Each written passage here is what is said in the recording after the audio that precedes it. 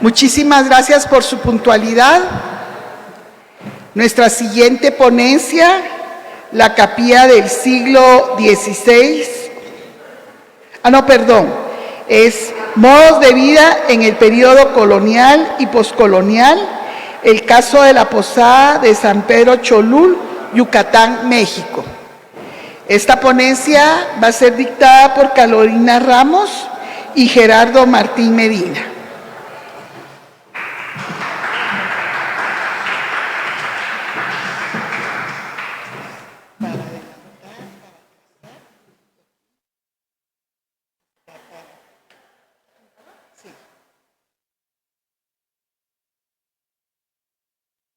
Ya no. Voy a ver si me lo cambio.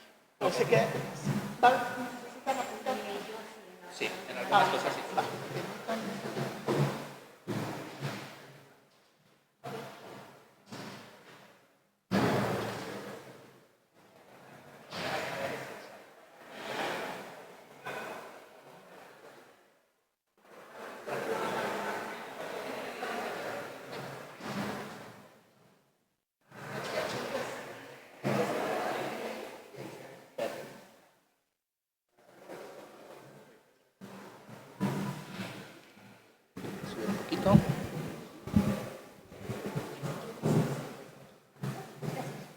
Muy bien, buenas tardes a todos, muchas gracias por su asistencia. Y bueno, como bien han comentado, traemos el trabajo titulado Modos de vida en el periodo colonial y poscolonial, el caso de la Posada de San Pedro Cholul en Yucatán. Para contextualizar la ubicación del predio que vamos a trabajar, se encuentra en la periferia de la ciudad de Mérida, en la sección noreste, exactamente en este recuadro, y tenemos marcadas otras haciendas enequeneras que funcionaron entre la mitad del siglo XIX y la primera parte del siglo XX. ¿No? Entonces, toda esta red de haciendas estuvieron intercomunicadas entre sí durante esa época. El predio en cuestión, cuando originalmente se hace el trabajo de prospección y reconocimiento a partir de una solicitud, se identifican primero tres estructuras prehispánicas, que serían la estructura 1, 2 y la 3, que estaría en esta sección. Por las condiciones del terreno, era lo que era evidente en ese momento, ¿no? Sin embargo, durante los trabajos de limpieza y adecuación para los trabajos de campo, además de la memoria que se tenía de la región, sabíamos que había una estructura adicional que no estaba registrada originalmente porque había sido desmantelada. La importancia de la estructura 4 radica en que consiste en un contexto histórico. Tiene un pozo de agua de la época de las haciendas, así como la aparición de diversos tipos de materiales como fue la cerámica, el vidrio, el metal, algunas monedas, elementos líticos y una parte importante de lo que será este trabajo, los elementos faunísticos. Como verán, el predio, aquí tenemos la estructura 1, la estructura 2, la estructura 3 en esta sección y aquí estaría la estructura 4, que realmente no se aprecia. La exestación de ferrocarril Mérida-Valladolid y la vía angosta que también comunicaba con el puerto de Progreso. Este era el antiguo trazo del ferrocarril. Aquí está el pozo mencionado y bueno, esta sección es donde estaría la estructura 4. En una comparativa de imágenes históricas, para el 2010 todavía la construcción permanecía en pie. En el 2011, lamentablemente, cuando se adquiere el predio por una desarrolladora, se demuele y se afecta la mayor parte del predio. Y hacia el 2023, pues ya solo tenemos el predio completamente arrasado. ¿Qué fue lo que se encontró? Bueno, durante los trabajos de excavación en este rescate, se pudo localizar a partir de limpieza superficial a escasos 5 centímetros el piso de lo que fue la última etapa de ocupación de este inmueble. Al abrir las calas pudimos detectar los cimientos de los muros perimetrales, el piso de la casa, el relleno que estaba debajo de la cimentación y las áreas traseras o las áreas abiertas que tenían un piso en su última etapa. Este cuadro en particular, que es el Pozo 6, es el que va a ser realmente de interés porque tuvo prácticamente todo tipo de materiales y es el que nos permitió amarrar toda la secuencia de esta estructura. En un dibujo de planta ya propiamente tendríamos este que correspondía al cuarto 1, el cuarto 2 y un par de anexos. Aquí estaría el anexo 1 y aquí el anexo 2, así como el pozo de agua que era el que le brindaba servicios a este inmueble. ¿Qué fue durante las excavaciones? Bueno, esta es una planta general y al final encontramos algunos elementos que nos permitieron amarrar los datos. Por ejemplo, aquí tenemos parte de la base de la puerta donde se colocaba la riel, que era lo que permitía que la bisagra abriera y cerrara, que corresponde a este acceso que da hacia el noreste. Y bueno, un pozo y un pozo mucho más tardío. Este es el inmueble que fue demolido en el 2011.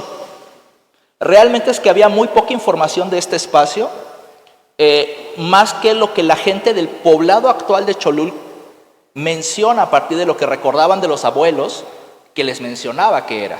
Y en este caso la gente recordaba que era una posada. O sea, la gente menciona y recordaban que detrás de la iglesia del pueblo de Cholul había un caballo que pasaba por la posada y de ahí había un camino que les llevaba a la hacienda de San Pedro, que estaba mucho más al sur. Dejaron de llegar a la hacienda porque el camino se pierde en algún momento con las transformaciones y la urbanidad de Mérida a partir de los años 70. ¿Qué fue el dato que pudimos localizar a nivel de archivo?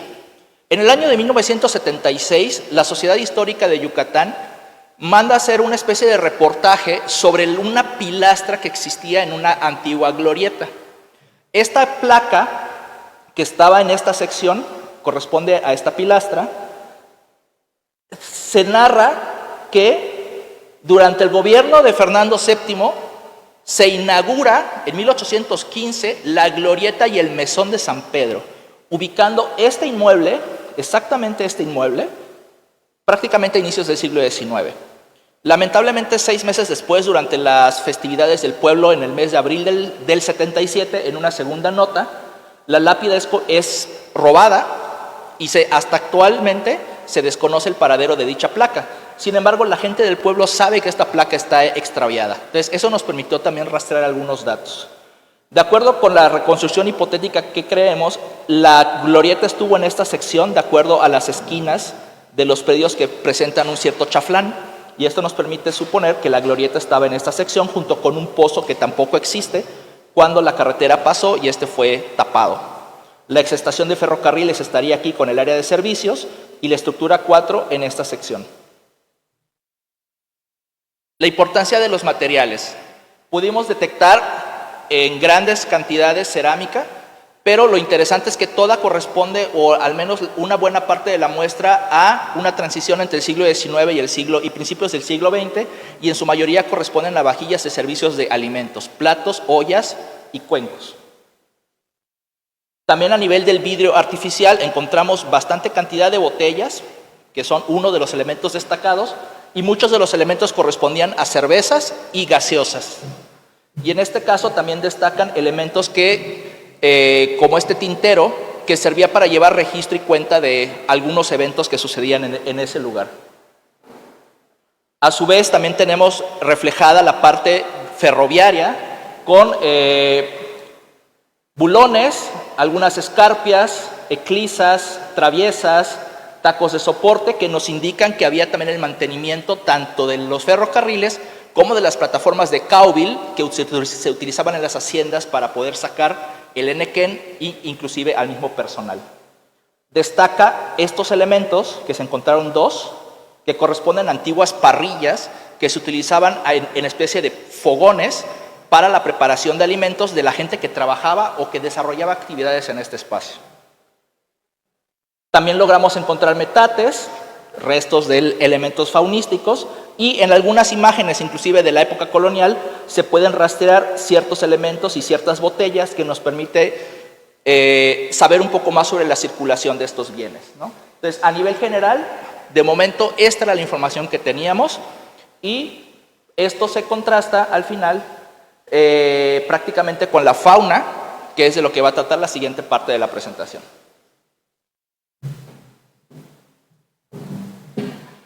Ok. Otro punto importante para poder entender los modos de vida que se desarrollaron en este particular periodo de tiempo se refiere a los elementos óseos faunísticos que encontramos. Básicamente, en el caso de estos materiales, se remitían a 112 especímenes óseos, de las cuales se identificaron 7 especies animales de forma positiva y una de ellas realmente no pudo ser identificada a plenitud. A pesar de ello, podemos decir que las características de los elementos óseos faunísticos nos remitían a restos de cerdo o de venado cola blanca. Y bueno, para la adecuada identificación de estos diferentes elementos óseos fue necesaria la utilización de manuales de identificación faunística, tanto impresos como óseos, así como la colección personal de una servidora. ¿Cuáles fueron los procesos que utilizamos para poder identificar positivamente estos elementos faunísticos y posteriormente cómo lo vamos a interpretar en relación con los demás materiales? En primer lugar, los métodos que utilizamos fueron la taxonomía, la osteología y las entesopatías. En este sentido, debemos decir que la taxonomía básicamente es un sistema de ordenamiento que nos permite diferenciar entre las diferentes especies animales. Básicamente aquí vamos a hacer una diferencia en lo que son mamíferos, aves, reptiles de forma inicial y posteriormente a través de la taxonomía en conjunto con la osteología vamos a diferenciar a mayor nivel cuáles son las características propias de elementos óseos de aves, de peces, invertebrados marinos incluso o mamíferos. Una disculpa, aquí se colaron las entesopatías, eso va más adelante. Y bien, también empleamos otro método muy importante que son la tafonomía y la osteomorfometría. La osteomorfometría son parámetros ya dados por algunos arqueólogos, entre los que usamos principalmente el manual de Angela von Endrich, para poder tratar de establecer parámetros de medidas y así identificar algunas de las especies de animales domésticos, en este caso los bovinos y los súidos o los cerdos. Y bien, también empleamos la tafonomía para ver el uso dado a estos, cómo estos animales se vieron afectados, ya sea por el mismo ser humano o incluso por otros animales. Básicamente aquí vamos a dividir la tafonomía en dos grandes grupos, las marcas de actividad humana o antrópicas y las marcas de actividad no humana o no antrópicas. En este sentido, prestamos particular interés a las marcas de corte, donde las marcas de despellejamiento, descarnación, despiece, son parte importante y fundamental para saber cómo se están dividiendo las porciones animales y las marcas de hervido y quemado mismas que están asociadas con preparación de alimentos. Aunque en el caso de las marcas de quemado, muchas veces tenemos que aprender a diferenciar entre cuáles de estas provienen de un quemado producto de una comida asada y cuáles son producto de aquellos materiales que se están quemando por medio de eliminación de desechos. Dentro de las marcas también muy importantes que nos sirven para relacionarse de forma alterna con el ser humano, tenemos a las marcas de acción química y física. En este caso, la acción química son las marcas que dejan muchas veces las raíces de los árboles y son producto del paso del tiempo. También vamos a tener las marcas de acción física. En este caso estamos observando una tibia de perro con mordeduras de roedor. Básicamente este animal pues, recurrió al elemento arqueológico para desgastar sus dientes, aunque también arqueológicamente hablando vamos a tener evidencias de mordeduras de perro, lo cual nos habla de un posterior desecho. Asimismo, también empleamos un estudio que no es propio de los elementos óseos animales, que son las entesopatías.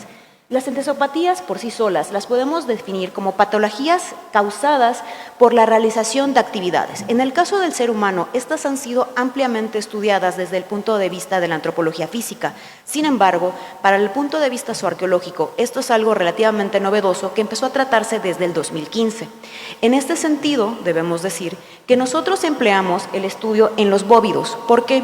Porque en las haciendas de Yucatán, muchas veces los pobladores, digamos, no de un menor estatus, no tenían acceso a caballos, tenían acceso a mulas o bovinos. Por lo tanto, muchas de las marcas de estos animales van a encontrarse en las patas, obviamente a nivel de cuello, donde se quedan los estribos muchas veces, o incluso Parte de donde aquí va la tracción, los collares. Pero la mayor parte de la fuerza de estos animales se va a encontrar en las patas. Aquí estamos observando un grado de afectación número 0, el cual pues, nos va a reflejar básicamente que un animal no realizó ningún tipo de actividad. Vamos a tener el grado de afectación 1, en el cual un animal se emplea de forma ocasional. Vamos a tener el grado de afectación número 2, lo cual nos remite a un animal que se emplea de forma regular. El grado de afectación número 3, que es un animal que se emplea de forma frecuente. Y finalmente el grado de afectación número 4, que suele ser el más severo, indicando un uso excesivo del animal, es decir, que básicamente toda su vida se dedicó a tirar de carretas o algún otro tipo de medio de transporte. Estos van a ser básicamente nuestras metodologías cualitativas. Ahora bien, con respecto a las metodologías cuantitativas que empleamos, pues vamos a tener en primer lugar al NISP, número de especímenes identificados por especie, donde pues aquí básicamente vamos a realizar un conteo general de qué partes de cada animal se está encontrando sin hacer una diferenciación real de las partes, de qué elemento óseo se trata. También vamos a hablar de lo que es el mínimo número de individuos, que sería en este caso, contabilizamos la mayor parte de elementos de una especie que se están repitiendo y esto nos permite a su vez poder hablar de cuántos especímenes vamos a tener. En este caso se debe considerar el dimorfismo sexual y la edad de los especímenes óseos analizados. Y finalmente la frecuencia esquelética o porciones esqueléticas. En este caso, este tipo de análisis depende en gran medida del investigador, quien va a dividir las porciones esqueléticas. Básicamente, en nuestro caso particular, aquí definimos las partes de cabeza, esqueleto axial, que es todo el esqueleto flotante, constituido por costillas, esternón, vértebras, esqueleto apendicular, escápulas o pelvis, extremidad trasera, obviamente aquí tenemos húmero, radio, ulna, y los metacarpos, metatarsos, tibia, fémur, en la parte de extremidad trasera, y bueno, pata, que son primera, segunda, tercer falange y otros demás huesecillos menores. A grandes rasgos, así estamos definiendo los materiales que vamos a emplear. Bien, ahora vamos a la parte importante, ¿no? Lo que nos compete, los resultados de esta investigación. ¿Qué fue lo que pudimos observar? En primera instancia, pudimos determinar que la especie más abundante era el ganado bovino Bos taurus, el cual para la época, por lo menos de la primera mitad desde el siglo XVI hasta la primera mitad del siglo XIX, estaba constituido por Bos taurus, que es el ganado sin joroba. Posteriormente, para el siglo XIX, la segunda mitad, incluso el siglo XX, empiezan a aparecer, por lo menos en el estado de Yucatán, Campeche y Quintana Roo, el ganado con joroba, pero no encontramos presencia de estos animales en la muestra estudiada. Asimismo, debemos decir que se encontró un total de 9 individuos y todos estos especímenes, en su mayor parte, mostraban marcas de corte asociadas al despiece y marcas de cocimiento, todas ellas asociadas al hervido o la preparación de caldos. Todos estos elementos pues, vuelven a relacionar los materiales con la primera mitad del siglo XIX. Desafortunadamente, en este punto debemos decir que tanto los bovinos como los cerdos domésticos son animales que para el periodo colonial eran muy diferentes de los que encontramos hoy en día. Para eso empleamos los estudios ostomorfométricos. La muestra se encontraba demasiado fragmentada y no pudimos realizar una diferenciación de especies coloniales de estos animales. Aquí tenemos otro de los ejemplos. También encontramos otro bovino que tiene unas marcas de afectación, las cuales definimos en el grado de uso número 3. ¿Esto qué quiere decir? Que este animal se utilizó de forma bastante frecuente durante su periodo de vida y estaba tirando de carretas. ¿Qué es lo curioso e interesante de este espécimen en específico?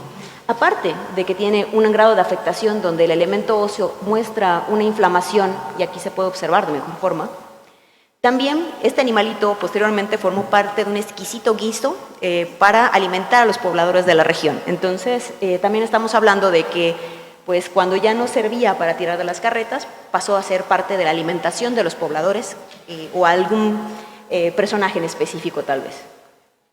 Bien. Vamos a hablar ahora de lo que son los no identificados. En este caso, los elementos no identificados constituían astillas de hueso que por las características de forma, dimensiones y grosor del hueso laminar nos permitieron catalogarlo como mamífero mediano a chico, del cual pues solo tenemos dos opciones para la región: venados cola blanca y cerdo doméstico, los cuales en la región son bastante empleados desde pues la época colonial en muchas comidas. Yucatán es bastante común y famoso, aunque actualmente se elabora con res, el sic de venado y también el pokchuk. En estos casos, los elementos asociados como mamífero no identificado dieron un total de 16 fragmentos, los cuales estamos asociando con 3 individuos, como mencioné anteriormente, relacionados ya sea con venado cola blanca o con cerdo doméstico.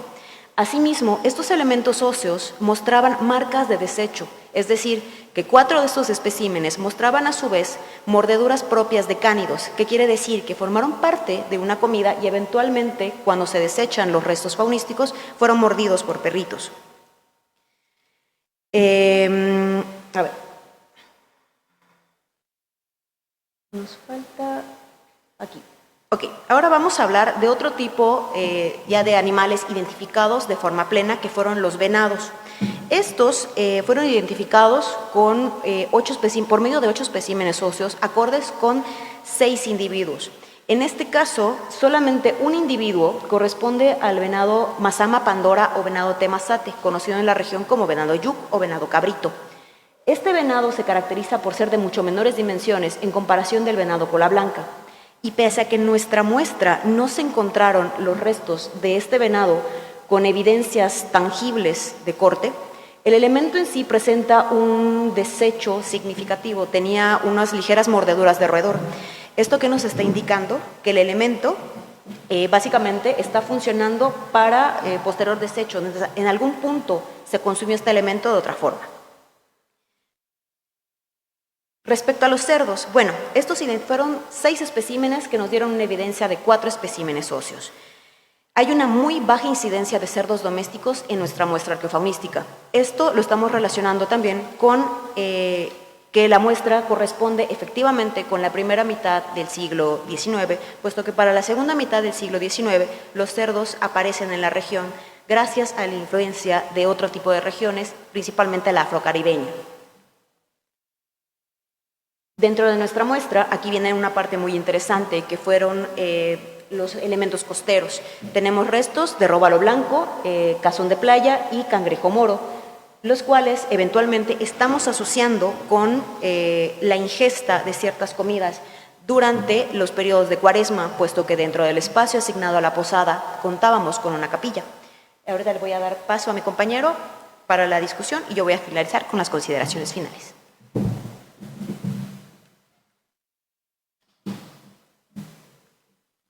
Bien, a nivel de discusión y lo que pudimos contrastar a partir de tanto los análisis faunísticos como los materiales anteriormente descritos, proponemos que la estructura 4 o posada de San Pedro tuvo al menos 3 fases de ocupación. Tuvo una primera fase en la cual efectivamente funcionó como un mesón o tipo posada, donde había un primer edificio que funcionaba como capilla, de acuerdo con las descripciones encontradas en la prensa, como un área auxiliar que funcionaba para pernocta. Esto porque la glorieta, hay que precisar que para esta época funcionaba como área de servicios, es decir, los viajeros que llegaban a esta región, en la glorieta encontraban la facilidad de tener agua, tanto para ellos como para los animales, áreas de descanso, áreas de pernocta y áreas de oración para los buenos viajes. En este sentido, esta área funcionaba de esta manera.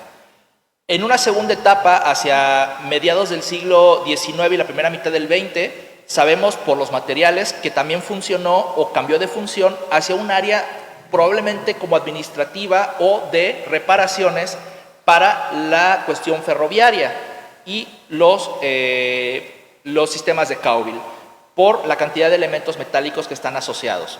Y en una tercera etapa, en un tercer uso después de la segunda mitad del siglo XX, sabemos que en los años 70 este edificio se utilizaba como salón del ejido, donde los pobladores pues tenían algunas sesiones para determinar qué se hacía con las tierras de la zona. Esto coincide con los diversos estratos en los cuales estaba dividido el material. ¿no? Entonces, al menos podemos, a nivel de materiales, comprender que tanto la cerámica, el vidrio, el metal y los elementos faunísticos coinciden perfectamente bien con las etapas que estamos proponiendo para este inmueble.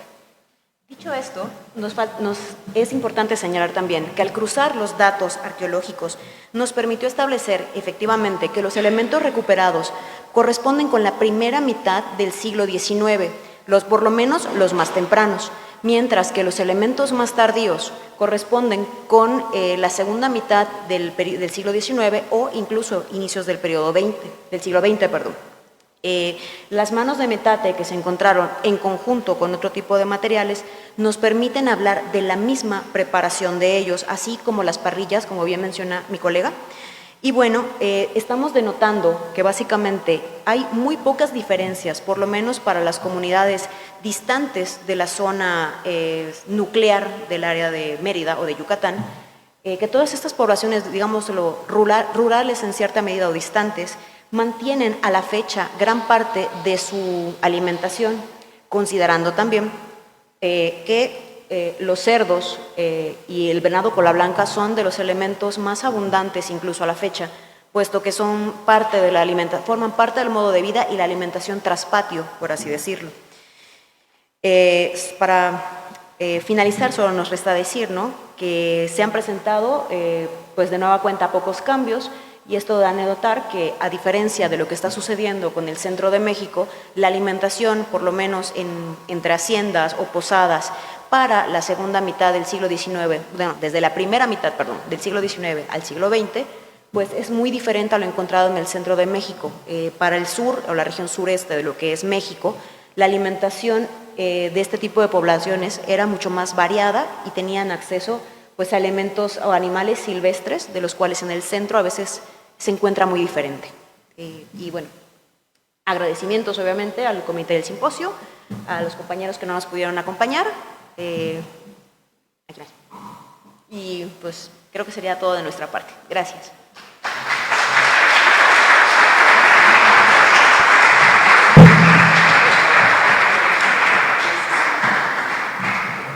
¿Tenemos tiempo para alguna pregunta?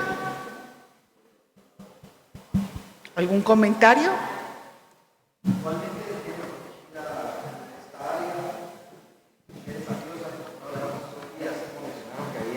Una constructora,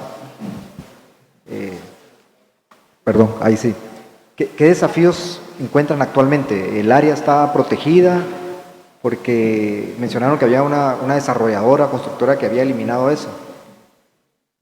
Bueno, actualmente el predio, como le comentaba, ya estaba totalmente afectado, había entrado ya maquinaria y prácticamente lo que se hizo a partir de una solicitud fue un rescate de lo poco que se logró encontrar. Realmente, para las condiciones del predio, los hallazgos fueron mucho mayor de lo que se había pensado, pero pues el predio actualmente está en obra, pues, todo indica que será un centro comercial para los fraccionamientos que están llenos alrededores, afectando esa región.